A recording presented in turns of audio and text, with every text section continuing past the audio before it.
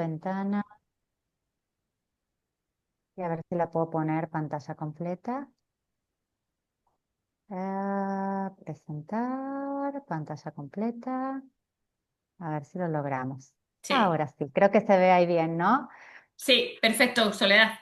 Bueno, primero, muchísimas gracias por la invitación a Carmen, al equipo de corporativo. Para mí ha sido un placer poder acompañar y conocer gente en Conecta. Me ha encantado el evento. Ha sido un placer poder dar una Se charla oye y mal. a ver, ¿me escuchan ahí? Hola, hola. Se escucha Se perfectamente. oye Está bien. perfectamente. Así que Ah, si alguien tiene perdón. problemas de audio es por su ordenador, chicos. Ok, ok. Sí, sí, ahora Bueno, sí.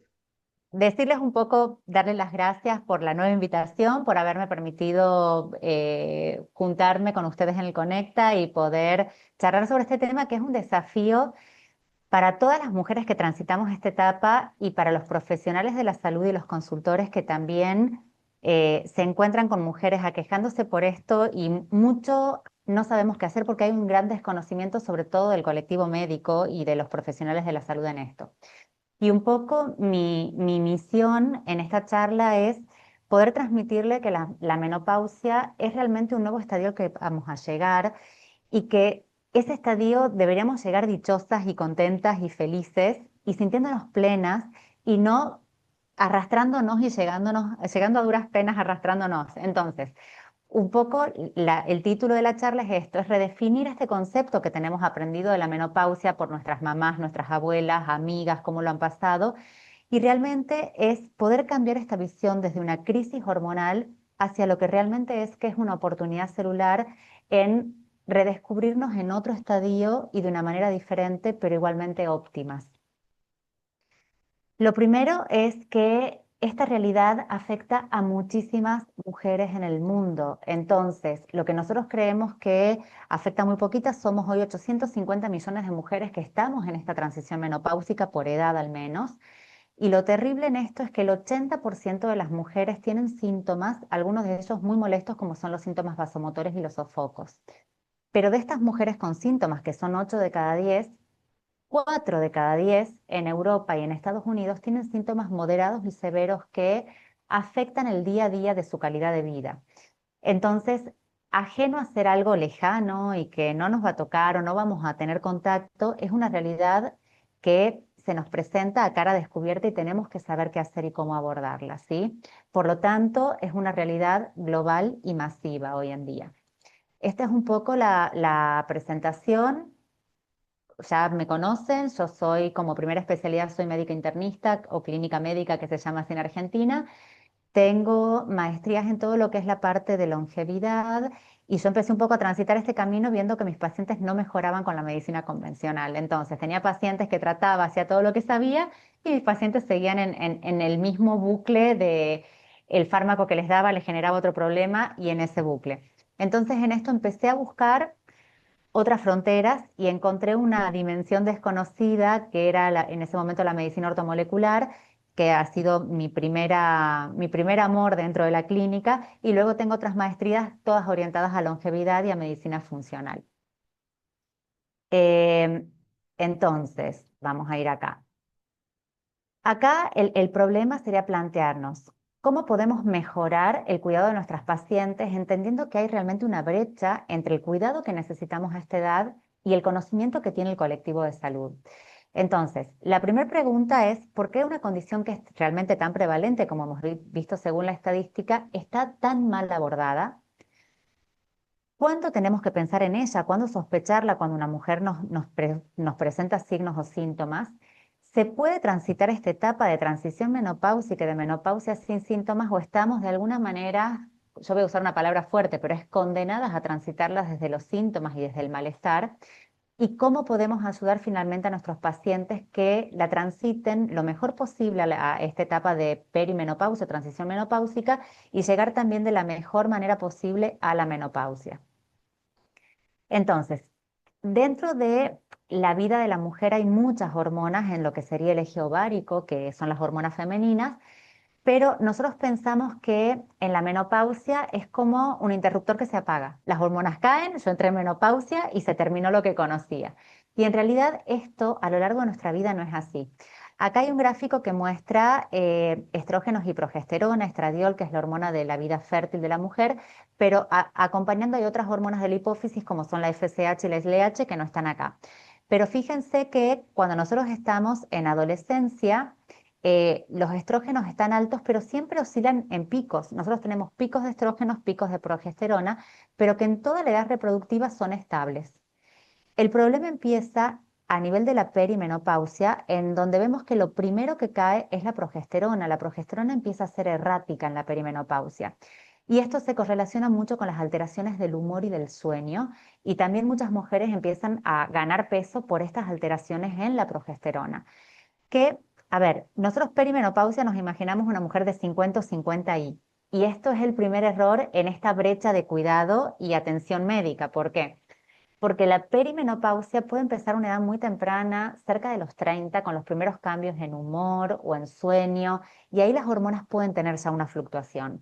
Entonces, si nosotros tenemos la cabeza preparada para pensar en esto en esta etapa de la vida, vamos a poder ayudar a mujeres que vienen y que muchas veces terminan con no tenés nada, es normal, las analíticas que hicimos están normales, cuando en realidad no se miden las hormonas. Entonces, primero cae la progesterona y después empieza a haber picos erráticos de estrógeno que están también muy relacionados ya con los cambios de ánimo, la niebla mental, la irritabilidad que vamos a tener a veces en esta etapa, ¿sí? Y después en la menopausia es cuando las hormonas se aplanan y esa transición termina porque en realidad el tsunami y el caos es la transición menopáusica, no la menopausia. La menopausia es un nuevo estado de equilibrio, diferente, pero es equilibrio. La transición menopáusica es donde nosotros vamos a tener todas las fluctuaciones y en donde nos podemos sentir mal si no tenemos un tratamiento adecuado. Entonces, acá viene esto que es si la perimenopausia es una montaña rusa emocional, porque muchas mujeres transitamos, no en el mes, sino en el mismo día, estar contentas, ponernos angustiadas, llorar, ponernos tristes, irritarnos, pero a veces es todo esto en el mismo día.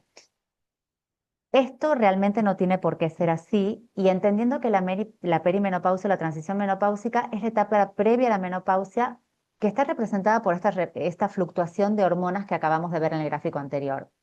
Y es un proceso neuroendocrino. ¿Qué quiere decir esto? Hay hormonas implicadas, pero también está implicado el sistema nervioso. Entonces, si nosotros podemos entender esto y no verlo solo como un problema endocrinológico, sino como un problema metabólico global, el abordaje de esta etapa va a ser totalmente diferente. Acá es lo que yo les decía, algunos estudios hablan que a partir de los 25 a 30 años podemos empezar con lo que se llama una transición menopáusica precoz, ¿sí? Hay estadios descritos a partir de esta edad. Por supuesto que en los estadios más tardíos, cuando son más síntomas, puedo presentar y son síntomas que nosotros relacionamos con menopausia, que son los sofocos. Todo lo otro es como que perteneciera a otro espacio o a otro ser que no tiene nada que ver con la fluctuación de las hormonas, ¿sí? Y la duración es variable. Nosotros, por ejemplo, en medicina tenemos pacientes que empiezan con la transición menopáusica a los 40 y tienen 60, 65 y siguen los sofocos. Y esto es porque ya el desacoplamiento de los estrógenos al cerebro se ha producido, pero el cerebro no ha logrado mejorar este metabolismo a nivel hipotalámico con la termorregulación o la regulación de la temperatura. Entonces, al final es un problema mucho más global e integral que ver solamente la hormona por separado. Y este gráfico que está sacado de un artículo científico que yo se los dejo acá, si lo quieren buscar y lo quieren leer, se puede traducir al español y pueden sacar de ahí muchísima información, nos dice cuáles son los síntomas que vamos a tener en esta etapa de transición menopáusica. Entonces, nosotros vamos a tener, lo primero que se altera son las alteraciones del humor, que pueden empezar muy tempranito. Entonces, cambios de humor, tendencia a sentirme más baja de estado de ánimo, ansiedad, alteraciones del sueño y todas las perturbaciones cognitivas que tiene que ver con niebla mental. Y esto como yo siento, el mundo va a una velocidad y mi cabeza va a otra velocidad, ¿sí? Luego empiezan las alteraciones metabólicas, hay una tendencia a aumentar el colesterol y aumentar el colesterol que llamamos malo, que es el LDL, disminuye la sensibilidad de la insulina y esto nos trae un problema metabólico en lo que es ganancia de peso, nuestro metabolismo se ralentiza, entonces comemos lo mismo y aumentamos de peso. Esto nos va a llevar a tener mayor predisposición a sobrepeso y obesidad. un aumento de la inflamación crónica silenciosa de bajo grado, que es la piedra angular de todas las enfermedades crónicas y del envejecimiento acelerado prematuro. Y hay una alteración en la permeabilidad del intestino que es muy importante en lo que es metabolización de estrógenos, inflamación y otras cositas, toxinas y otras cosas, y una alteración importante en la microbiota, en la cual esta microbiota, que es el ecosistema que vive en nuestro intestino, que tiene que ser muy variado. Se ha visto en las poblaciones longevas, una de las características es que tienen gran variación o gran variedad de microbiota. Esto, con la pérdida de los estrógenos, se empieza a alterar y empezamos a tener alteraciones en la cantidad y calidad de estos microorganismos que viven en el intestino. Luego aparecen los síntomas genitourinarios, como pueden ser la atrofia vaginal, pérdida de orina e incontinencia urinaria ante mínimos esfuerzos, dispareunia, que es el dolor al mantener relaciones sexuales, las tuforadas o los síntomas vasomotores, los sofocos también aparecen, y ya en una transición menopáusica mucho más tardía empiezan las alteraciones en el metabolismo del hueso. Entonces, no olvidarnos que si nosotros podemos pensar qué va a pasar en cada etapa, nos podemos anticipar. O sea, si yo empiezo a tratar a una paciente ya en menopausia con 55 años, voy a tener unos beneficios, por supuesto, pero si yo puedo empezar a tratar a esta paciente a los 40 esta paciente va a llegar con un metabolismo óseo óptimo a la menopausia, sin osteopenia, sin riesgo de osteoporosis, con una buena masa muscular. Entonces, un poco la idea es saber cómo van a empezar estos síntomas para yo poder empezar a intervenir lo antes posible, porque una intervención temprana me va a llevar a un mejor estado de salud a futuro. Es como una inversión, ¿sí? Carmen, te quiero preguntar cuánto tiempo tengo, porque eso no te he preguntado y yo puedo hablar mucho. Tranquila, Entonces, hasta las ok, 8 tienes disponible. ok. Entonces, esto en cuanto a los síntomas, para tener todo en claro. Acá ya empieza mayor riesgo de fracturas. Si nosotros hacemos densitometrías a mujeres mayores a 55 años, en mi consulta, más de la mitad tiene osteopenia y un porcentaje importante ya tiene osteoporosis, o sea, llegan a la menopausia con osteopenia, ¿sí? Cuando esto podríamos haberlo prevenido. Y el inicio es silencioso. Nosotros no nos damos cuenta cuando esto empieza, porque empieza de abajo, y una de las causas que va a desencadenar que nosotros nos sintamos de una manera o de otra es el estrés oxidativo y la inflamación crónica de bajo grado. ¿Por qué? Porque los estrógenos son directores maestros de la orquesta en nuestro cuerpo. Entonces, el estrógeno va a tener una estimulación positiva a nivel del sistema inmunológico, nos fortalece las defensas, es un antiinflamatorio por excelencia, o sea, mantiene esta inflamación de bajo grado súper controlada, protege a las células de estas especies reactivas de oxígenos, o sea, no solo me va a proteger de mediadores químicos inflamatorios llamados citoquinas, sino de otros tipos de moléculas que se llaman radicales libres de oxígeno, que están relacionados también con el envejecimiento prematuro y la aparición de enfermedades. Y los estrógenos activa esta vía que nosotros estamos más familiarizados, que se llama la vía NRF2, que es una vía antioxidante por excelencia a nivel de la transcripción de moléculas que me van a defender de la inflamación. El estrógeno lo activa de manera natural. Entonces, cuando nosotros tenemos un déficit, el estrógeno empieza a bajar, todo esto que era protector empieza a alterarse. Voy a estar mucho más expuesta a tener esto que se llama inflammation, a un aumento del estrés oxidativo, a un compromiso de la microglía. Esto es muy importante porque la microglía es parte de nuestro cerebro, son un grupo de células cerebrales que se encargan, por ejemplo, de la remoción de las toxinas en el cerebro. Entonces, durante la noche, este sistema linfático, que es como el sistema linfático del cuerpo, pero a nivel del cerebro, se encarga de vaciar el cerebro de estas toxinas. Esto empieza a funcionar mal y también es una de las causas que nos lleva a sentirnos embotadas o con niebla mental. La disfunción mitocondrial, que es piedra angular para todas las enfermedades, incluso actualmente se considera dentro de lo que es la teoría metabólica del cáncer, el inicio del cáncer es la disfunción mitocondrial. Aumentan las especies reactivas de oxígenos y esta vía maravillosa de NRF2 se ve comprometida en esta activación a través del estrógeno. Todo esto nos lleva a algo que se llama senescencia celular y fenotipo secretor asociado a la senescencia. Son palabras súper raras y difíciles. Lo importante es que nosotros tenemos ciclos en el cuerpo, la célula nace, la célula crece, cumple una función y luego muere por un mecanismo de muerte programada. El cuerpo programa todo, tiene todo controlado. Entonces, por ejemplo, un glóbulo rojo va a nacer de la médula, va a vivir 120 días Y el día 121, aunque sea funcional y pueda cumplir su objetivo, que es llevar el oxígeno a los tejidos, muere, porque así lo determina el organismo y nace una nueva célula. Esta división celular que se da siempre, en la senescencia no ocurre. Es una célula que nace y queda en un limbo. Como no se puede dividir y no puede crecer ni cumplir su función. Y se transforma en lo que yo llamo célula zombie. Es una célula que no hace nada bueno, genera un montón de mediadores químicos y va contagiando a las células vecinas. Entonces realmente es una reacción en cadena. Cuanto más células senescentes tengo y más esta inflamación que se llama fenotipo secretor asociado a la senescencia tengo, más envejezco, más me enfermo de cosas crónicas, ¿sí? Neuroenvejecimiento, cáncer, mutación del ADN, aterosclerosis, todo eso viene asociado a la senescencia. Y la senescencia, a su vez, aumenta, es un bucle. Generamos senescencia, la senescencia empeora la situación empeora la senescencia, ¿sí?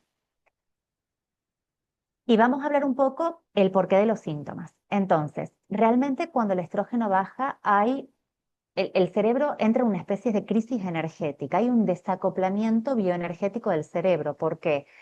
Porque los estrógenos en el cerebro son reguladores maestros del metabolismo y nos permiten utilizar la glucosa, que es el nutriente principal del cerebro, como fuente de energía. Al no poder hacer esto, en todas las áreas del cerebro empieza a fallar. ¿Esto qué va a hacer? Estamos dispersas, no podemos concentrarnos, voy a buscar algo, me olvido que vine a buscar. Esto se llama niebla mental, estoy como nublada. Y este mismo desacoplamiento energético no solo se produce en áreas que tienen que ver con funciones ejecutivas superiores, también se produce en áreas como, por ejemplo, el hipotálamo, que tiene que ver con la neuroregulación, con la termorregulación, perdón. Entonces, acá yo voy a empezar también con las tuforadas. Obedece al mismo mecanismo de desacoplamiento energético por una deficiencia de la unión de estrógenos a estos receptores. Em, entonces, todo este mecanismo para el cerebro se vuelve inestable y poco fiable y el organismo tiene que empezar a aprender otras vías para coger energía y estar mejor. Pero esto lleva un tiempo, que es toda la transición menopáusica. Y esta situación metabólica ineficiente, como les contaba, es lo que origina que los síntomas neurológicos que experimentamos, como por ejemplo la niebla mental. Hay otras cosas que ocurren en nuestro cerebro. Nuestro cerebro es un sistema, es un cableado que está todo conectado a través de lo que se llaman sinapsis. La sinapsis se comunica, hay una parte de la neurona que se llama axón, que es como, a mí me parecen muy parecidas a lo que son las nervaduras de las hojas, ¿sí? Simulan a esto. El estrógeno hace que nuestras neuronas generen nuevas dendritas, que son nuevas nervaduras para conexiones. Cuando el estrógeno baja, estas nervaduras hay una poda sináptica, no se pueden generar. Entonces, esta plasticidad neuronal que yo tengo con los estrógenos la dejo de tener y esto origina también ciertos síntomas que tienen que ver con la niebla mental. Pero además, hay una alteración en la regulación que tiene la corteza prefrontal, que es un centro de control y que me dice, estás tranquila, puedes pensarlo, esto no es así, con algo que se llama la amígdala, que puede funcionar mejor sin los estrógenos. Entonces la amígdala se hiperactiva, la corteza prefrontal que no tiene estrógenos se hipoactiva, y la amígdala tiene que ver con el miedo. Yo voy a estar, cuando la amígdala está activada, yo voy a estar preparada para sobrevivir. Entonces, lucho, huyo o me petrifico, ¿sí? Y esto tiene mucho que ver con los cambios emocionales que experimentamos en la menopausia, que muchas veces las personas cercanas, que son nuestros maridos, nuestros hijos, la familia, nos dice, por favor, ¿cómo estás tan reactiva? No te dije nada y es como si me hubieras eh, asaltado, ¿sí? Y esto tiene que ver con la pérdida de la regulación de la corteza prefrontal, porque ella sí depende mucho de los estrógenos, mientras que la amígdala puede buscar su metabolismo por otro lado. El estrógeno fortalece esta conectividad, al bajar esto se ve alterado también. Y por último, los estrógenos también regulan unas sustancias químicas que se llaman neurotransmisores cerebrales. Los neurotransmisores son las moléculas químicas que van a estar en este espacio sináptico entre nuestras neuronas y cuando se liberan nos van a hacer sentir una cosa u otra. Entonces, tenemos la serotonina, es uno de los neurotransmisores que regula el estrógeno. La serotonina es por excelencia el regulador del estado anímico y el que me conecta con la sensación de felicidad y bienestar. pero también la serotonina, ay, no sé, yo no estoy apretando, alguien está apretando, no sé cómo, si se puede o no, pero no fui yo. La serotonina, Eulogia, no, hay alguien que estuvo tocando la pantalla. Bueno, la serotonina regula el sueño y la termorregulación también. Y además la serotonina, hay muchos estudios que muestran que regula qué como y cuándo dejo de comer. O sea, me permite tener este autocontrol y conciencia alimentaria.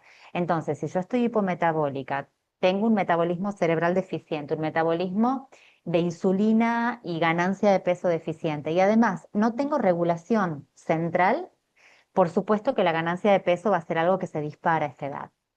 La dopamina, que es otro de los neurotransmisores que están eh, regulados por el estrógeno, tiene que ver con la motivación, esto de emprender, tener ganas de hacer cosas. Fíjense que muchas mujeres en menopausia me dicen, no me puedo levantar de la cama, o sea, no tengo ganas de empezar mi día a día. Entonces yo acá cuando una mujer me dice esto, tengo que tener muy claro que hay un problema de equilibrio bioquímico a nivel del sistema nervioso, ¿sí? Que no está loca, que no se lo está inventando, que realmente tiene un desequilibrio a nivel bioquímico. Y por último el GABA, que es el ácido gamma aminobutírico, por excelencia es el que nos permite estar en esta situación zen, de meditación, ser agua de estanque, que nada nos altere. Esto también se altera en esta etapa, por lo tanto nosotros vamos a estar hiperreactivos, mucho más irritables, más fastidiosas. ¿Mm? Esto va a explicar un poco los síntomas. Luego también tenemos algo que se llaman ritmos circadianos. Todo nuestro cuerpo, absolutamente todo, funciona a través de ritmos circadianos, que tiene que ver con sueño-vigilia, ¿sí?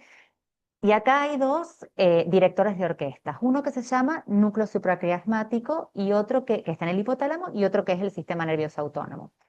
El núcleo supraquiasmático que está en el cerebro es el director de la orquesta de todos los ritmos circadianos. Cuándo me despierto, cuándo se liberan las hormonas, cuándo se libera la insulina, cuándo se liberan los jugos gástricos para que yo pueda procesar todo lo que tengo que procesar en mi día a día.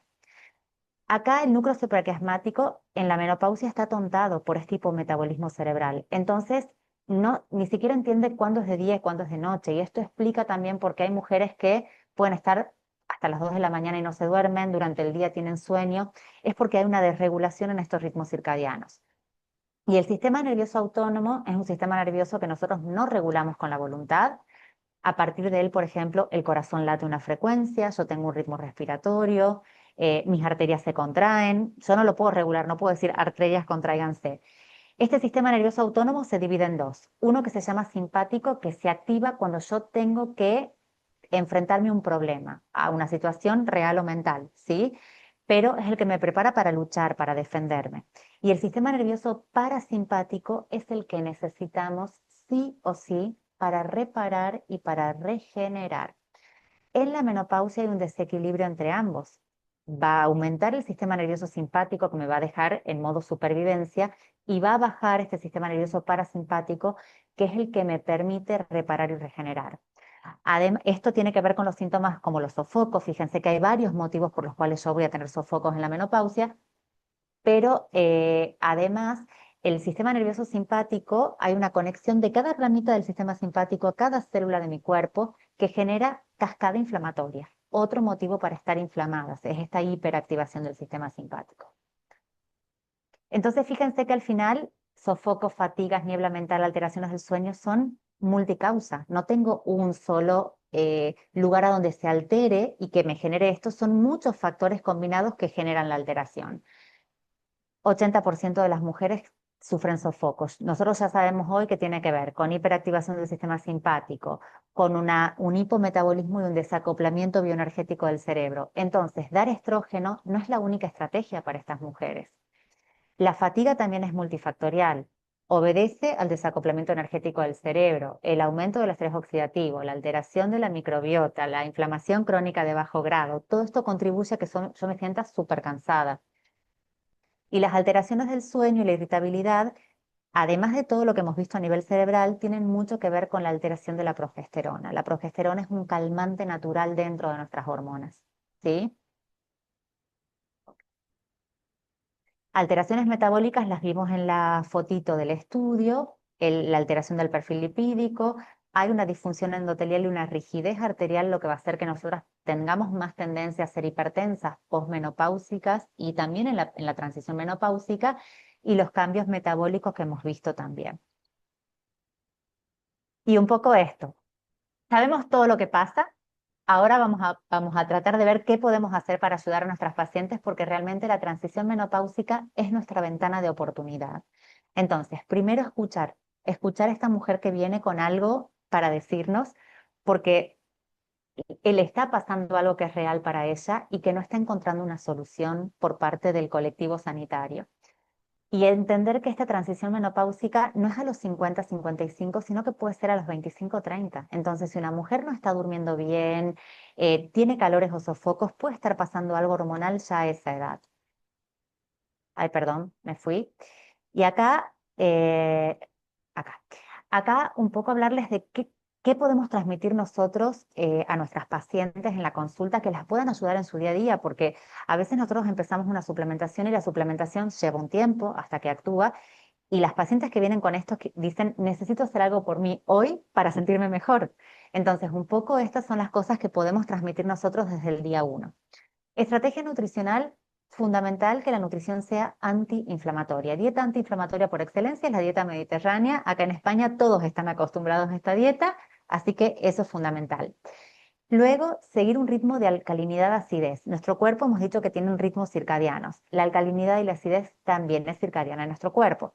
Nosotros sabemos que medios ácidos favorecen ciertas cosas de las cuales nos queremos alejar. Por ejemplo, Otto Warburg, que fue un premio Nobel en medicina, estableció que para que un cáncer se pudiera desarrollar necesitamos un medio ácido de manera continua, ¿sí? Entonces, de la acidez yo me voy a querer alejar cuando no es necesaria.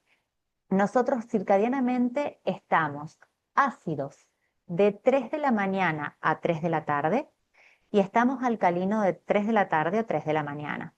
Entonces, ¿qué cosas me acidifican? Todo lo que viene de origen animal, proteína animal, carnes, lácteos, huevos, eh, café, que no sea un café bueno, alcohol, eso es acidificante. Yo todo lo que es proteína de origen animal lo tendría que comer en la primera mitad del día.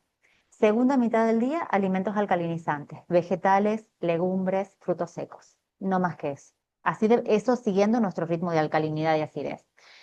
Y acá tenemos dos biohacks que les podemos dar a nuestras pacientes. Además de esto, una es aprovechar estos ritmos circadianos de secreción de insulina y de cortisol en una ventana de ayuno intermitente óptimo para mejorar mi metabolismo. Traducido es, mi pico de cortisol y mi pico de insulina se libera a la mañana cuando me despierto. Esto es 7, 8 de la mañana.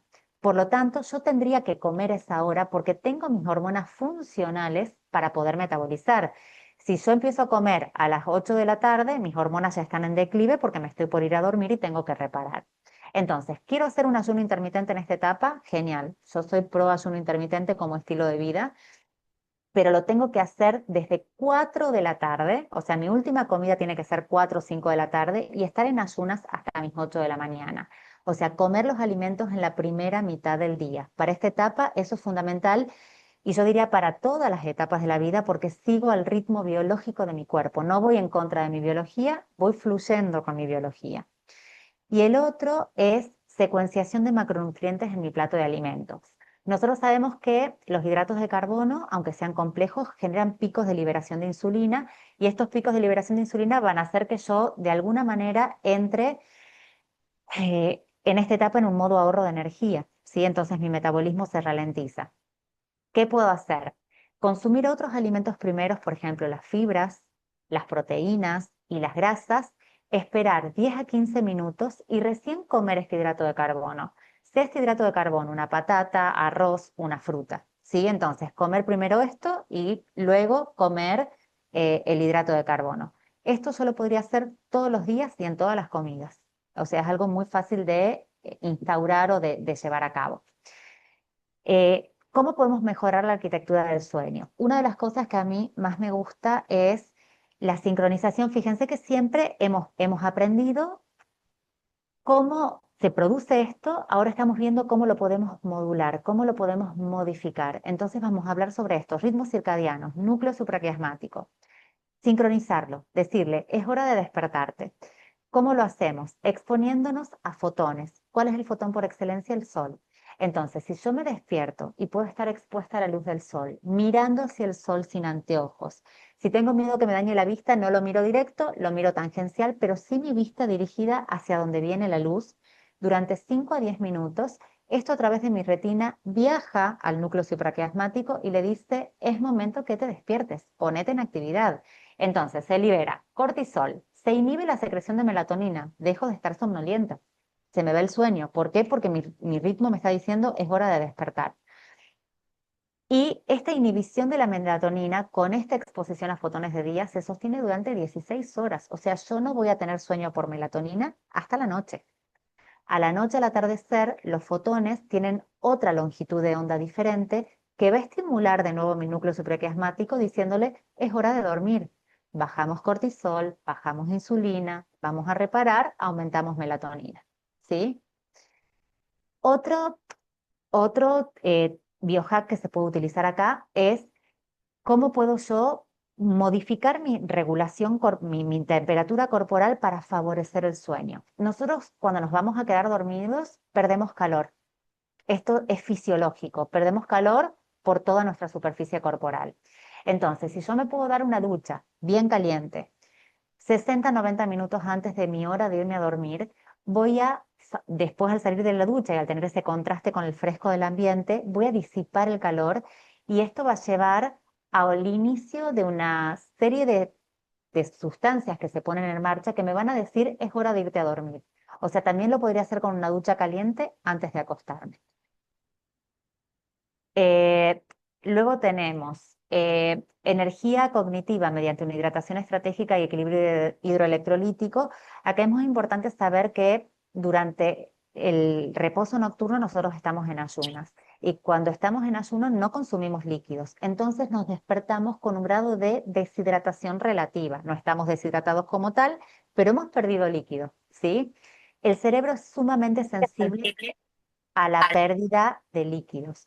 Entonces, un 1% de pérdida de líquido corporal afecta la función cognitiva superior, o sea, va a afectar mi capacidad de concentrarme, va a afectar mi capacidad de llevar a cabo una tarea. Esto sucede en cada noche. Entonces, una de las cosas que yo puedo hacer para optimizar esta energía cerebral es, al levantarme, medio litro de agua, un cuarto de cucharadita tamaño té de sal marina iodada, porque la sal de mar tiene yodo naturalmente, y puedo poner para los electrolitos media lima o medio limón exprimido. Y tomarme esto a primera hora de la mañana como mi hidratación. Siempre el agua a temperatura ambiente o agua del tiempo, nunca agua fría, porque inhibe ciertos procesos de secreciones de jugos digestivos, ¿sí? Lo otro sería, ¿cómo puedo estimular mi cortisol a la mañana? Empezando mi mañana con ejercicio. Lo ideal, si yo voy a hacer ejercicio a la mañana para optimizar la secreción de las hormonas que me van a mantener activa y me van a mantener vital, es hacerlo dentro de los 90 o 120 minutos de haberme despertado, ¿sí? Si quiero hacer actividad física en ayunas, ideal. Ahí tengo ayuno intermitente, optimización biológica, autofagia de células zombies. Voy a hacer un montón de cambios beneficiosos para mi organismo si hago actividad física a la mañana temprano y encima la hago en ayunas.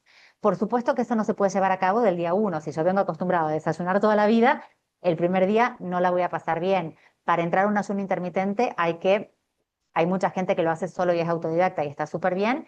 También un médico puede acompañar en cómo llegar a un ayuno intermitente sin dolor de cabeza, sin estar fastidiosa, sin sentirme que me baja la presión, porque hay todo un camino previo antes de empezar el ayuno intermitente o un ayuno prolongado inclusive. Luego tenemos cómo podemos activar el nervio vago. El nervio vago se puede activar de un montón de maneras diferentes. ¿Cómo lo podemos hacer nosotros en casa? A través de la respiración. Hay dos técnicas que tienen mucha bibliografía científica por detrás. Hay un neurocientífico que los invito a seguir y a escuchar porque es maravilloso, que es Andrew Huberman. Él estudia mucho esto y una de las técnicas es la doble respiración que estimula el sistema nervioso autónomo. Esto lo vimos en la charla. ¿Cómo se hace la doble respiración? Es muy simple. Inhalar profundo por nariz y luego de que llego a mi inhalación casi máxima, hago una segunda inhalación. Sería esto. Y siempre la exhalación, yo recomiendo que sea por boca, pero la pueden hacer también por nariz, tiene que ser lo más lento y sostenido posible porque es acá donde se estimula el nervio vago, en la exhalación, no en la inhalación, ¿sí? Entonces, primera inhalación,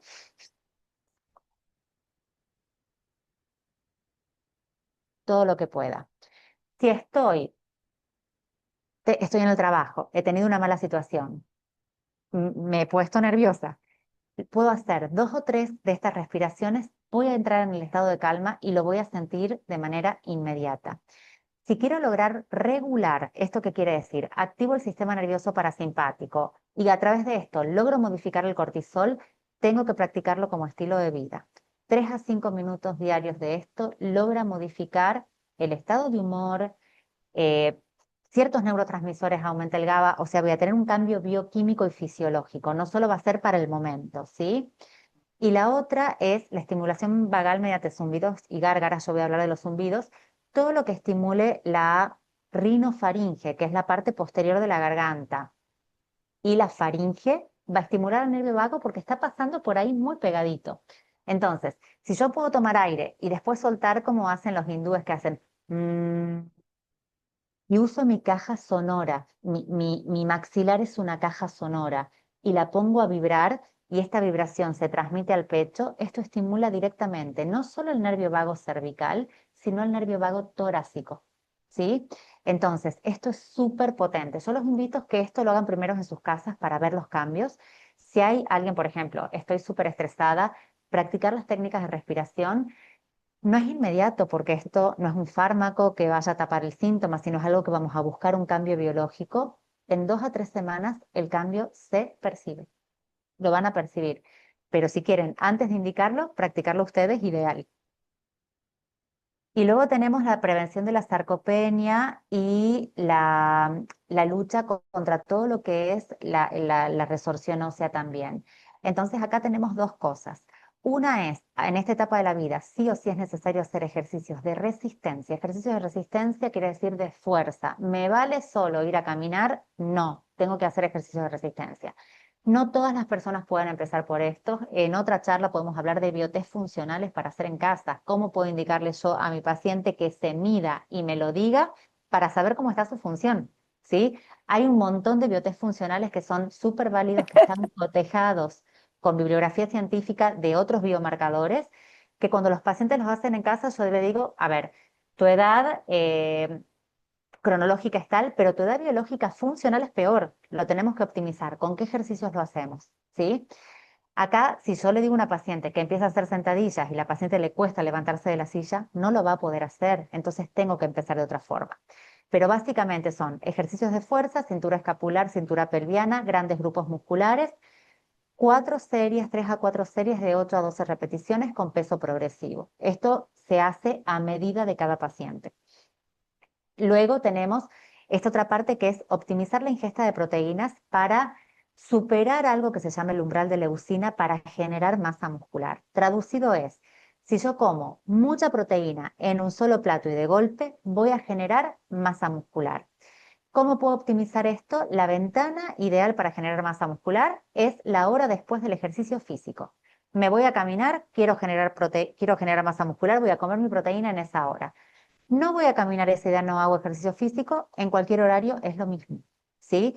Pero el músculo, para poder formarse, necesita sí o sí estar activo. Yo sedentario, aunque como proteínas, no voy a generar masa muscular, me tengo que mover. Y llegamos a esto, habiendo visto que ya podemos empezar a modular muchas cosas desde casa, la menopausia que es un nuevo estado de equilibrio al que vamos a llegar después de la tormenta de la transición menopáusica. También decirles esto, si la transición menopáusica es abordada de manera correcta, las mujeres no tienen síntomas. No tienen síntomas es no sienten nada. No sienten nada es, no tengo tus foradas, yo voy a hablar de mí, no tengo tus foradas, no tengo insomnio, he tenido cambios de humor que ahora están mejor, pero realmente es posible, es posible. Y esto es un poco para mostrarle cómo lo que es la transición menopáusica hay mucho cambio, ¿sí? Que es acá. Fíjense que el cerebro va a tratar de sacar energía con el ATP como de lugar. Hay depósito de sustancia beta amiloide, que es lo que origina el Alzheimer, por ejemplo, en la transición menopáusica. Hay una disminución y una alteración del flujo cerebral, disminuye la materia gris del cerebro, hay alteraciones en la materia blanca, pero fíjense cómo después de esto, que es el caos, todo se estabiliza al final. El volumen de materia gris se recupera, el depósito de sustancia beta amiloide se estabiliza, ¿sí? Y nosotros con ciertas suplementaciones podemos inclusive evitar el depósito de sustancia beta amiloide porque está relacionado con inflamación y estrés oxidativo. Entonces, esto es un poco de lo que ya hemos hablado. Va a haber mayor riesgo de enfermedades cardiovasculares, metabólicas, óseas, geniturinarias. El 50% de las mujeres en menopausia tienen problemas acá el resto de la vida, no tratado. Neurodegenerativas y secundarias a inmunosenescencia. Esto es mi sistema, en mi sistema inmunológico envejece, entonces tengo más riesgo de cáncer e infecciones. Y la pérdida de la masa muscular y ósea. Y acá hay algo que es súper importante porque nosotros estamos habituados a ver que los médicos dan hormonas y los médicos dan hormonas sin preguntarse si la paciente puede recibir hormonas. Entonces, una hormona es una herramienta terapéutica maravillosa cuando yo sé lo que va a hacer dentro del cuerpo de mi paciente. Si yo no tengo idea qué va a hacer esta hormona en el cuerpo de mi paciente, la puedo estar poniendo en este lugar y realmente en un riesgo real, no potencial, es real. ¿Por qué? Porque dependiendo de cómo esté genéticamente o genómicamente preparada esta mujer para metabolizar los estrógenos, pueden ir a una vía benigna, que va a ser todo maravilloso, o a una vía que no es buena y que es procancerígena.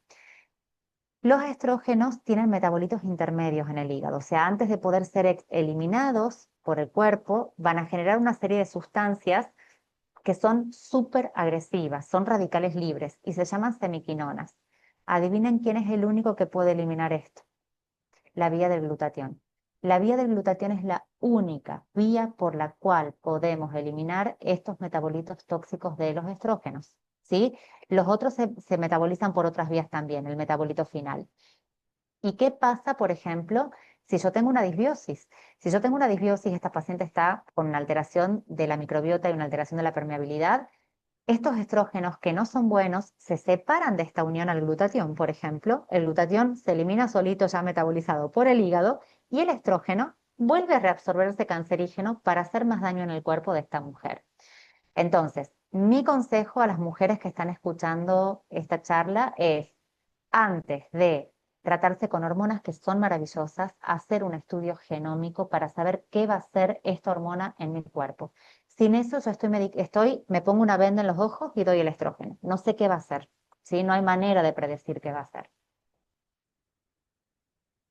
Esto es lo que les decía un poco, diversidad microbiana, permeabilidad intestinal reparada, antes de dar hormonas. Esto es fundamental, antes de la hormona tengo que ver otras cosas. Y esto es un poco para resumir todo en todos los sitios que tenemos que trabajar en esta etapa. Nosotros nos quedamos solo con los estrógenos, pero hay una disfunción mitocondrial. Tenemos que potenciar la detoxificación hepática. Tenemos que hacer el equilibrio hormonal, que es lo único que hace la medicina convencional en general. Equilibrio emocional, salud ósea y salud muscular, salud neurológica para evitar la neurodegeneración, metabolismo, salud cardiovascular, permeabilidad intestinal, microbiota, inflamación crónica y estrés oxidativo. Entonces, ¿cómo de repente algo que era chiquitito y era dar hormonas, es un mundo? Y es un mundo que está interconectado y que si nosotros no lo podemos abordar de esta manera integral, nos quedamos muy cortitos con lo que esta mujer necesita.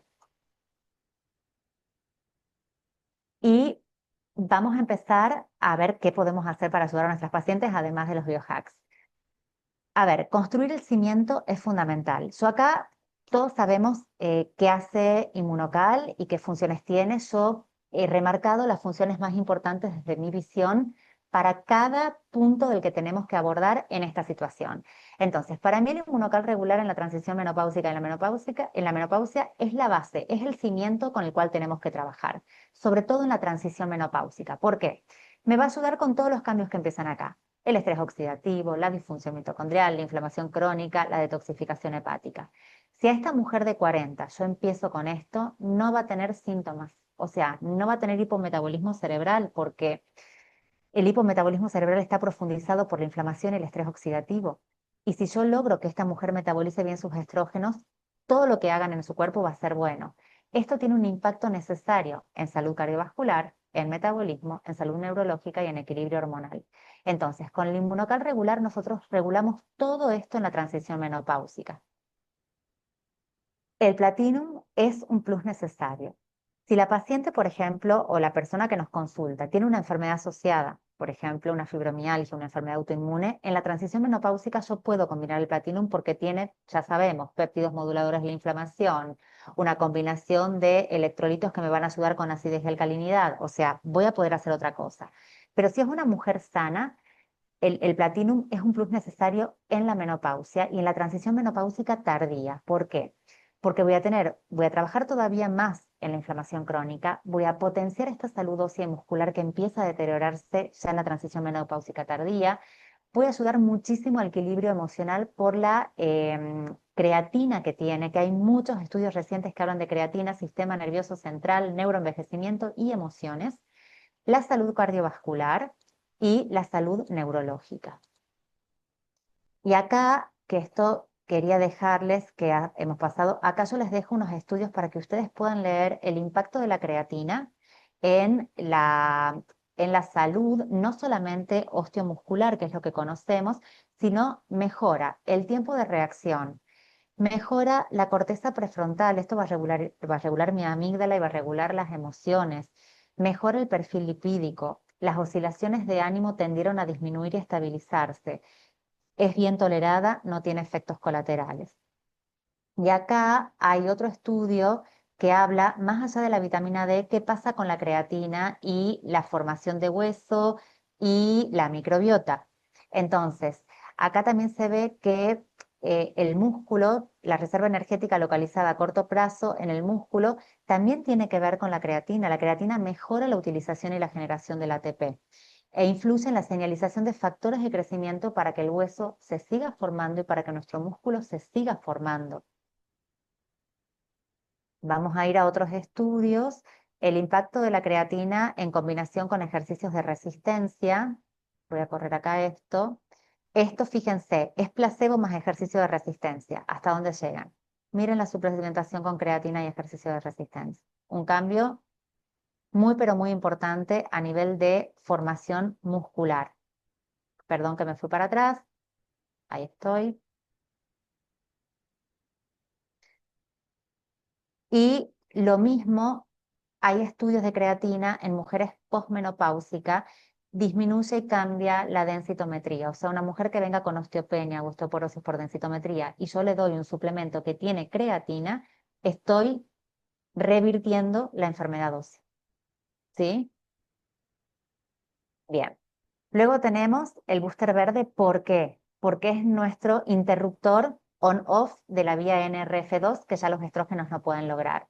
Entonces, acá voy a tener una potencia antioxidante muy importante para estrés oxidativo, para inflamación crónica, para detoxificación hepática. Voy a mejorar todavía más el equilibrio hormonal, la microbiota, la permeabilidad intestinal y el metabolismo. Un aliado necesario porque es mi escudo antiinflamatorio mitocondrial. Recordemos que la inflamación y la disfunción mitocondrial es el eje de todas las enfermedades. El omega gen B es mi escudo, ¿por qué? Porque me permite trabajar todavía más sobre la inflamación, la disfunción mitocondrial, el estrés oxidativo y potenciar mi salud cardiovascular, neurológica, el equilibrio hormonal, la microbiota y el metabolismo. Y hay acá el omega gen B no solo tiene omega, tiene vitamina E, tiene curcumina, entonces al final es un suplemento muy completo para combatir inflamación. Hay estudios que hablan que la vitamina E puede disminuir los niveles de algo que nosotros medimos que es peroxilación lipídica, que se llama maldonaldehído y la PCR ultrasensible, disminuyen con el grupo de curcumina y vitamina E. Entonces al final la fórmula es realmente un tesoro para combatir la inflamación. Y acá les dejé el cuadrito que no salió en la ponencia, que es qué podemos hacer en la transición menopáusica o en la perimenopausia, cuáles son los puntos más importantes de acción de cada producto, si bien actúan todos sobre todo lo que hemos nombrado. Entonces, el inmunocar regular En la perimenopausia, una transición menopáusica, yo podría estar solo con 1 o 2 sobres por día, más el omega, sí o sí, para proteger mi mitocondria y la inflamación, más el booster verde, sí o sí, por la microbiota y la diversidad y la permeabilidad intestinal, y todo lo que es activación de vía NRF2. Entonces, perimenopausia, este es el esquema si la paciente no tiene patología previa. Si la paciente tiene alguna enfermedad previa, combinaré un regular y un platinum, por ejemplo. Y ya en lo que es menopausia establecida, inmunocal regular y platinum, sí o sí 1 por día. Ya sabemos que si la paciente, por ejemplo, tiene una osteoporosis, yo podría sumar un sobre más de platinum, podría dejar un regular, un platinum, otro platinum. Omega Gen B, sí o sí, una dosis día, y el booster verde, sí o sí. Entonces, estos serían los esquemas eh, que tienen variaciones según la persona que tengamos al frente, por supuesto, pero por el cual nos podemos guiar. Y al lado tiene todo lo que va a añadir cada uno y en el manejo de qué nos vamos a enfocar con cada uno de estos nutracéuticos excelentes. Y por último, esta reflexión, la menopausia no es en realidad una enfermedad que hay que soportar, es una transición biológica que tenemos que gestionar. Los síntomas son reales y tienen una base bioquímica y no deberían ser minimizados. La ciencia que hemos visto hoy nos da las herramientas no solo para sobrevivir a esta etapa, sino también para poder prosperar en ella. Yo creo que hoy tenemos en nuestras manos el conocimiento para ayudar a las mujeres a tomar el control de su salud a nivel celular. Por eso los invito a validar la experiencia de cada mujer y ayudarlas con soluciones científicas para que vivan esta nueva etapa con la vitalidad y la salud que se merecen. Y ahí tienen datos de contacto, si necesitan algo, me pueden escribir sin problema para lo que quieran. Y yo voy a dejar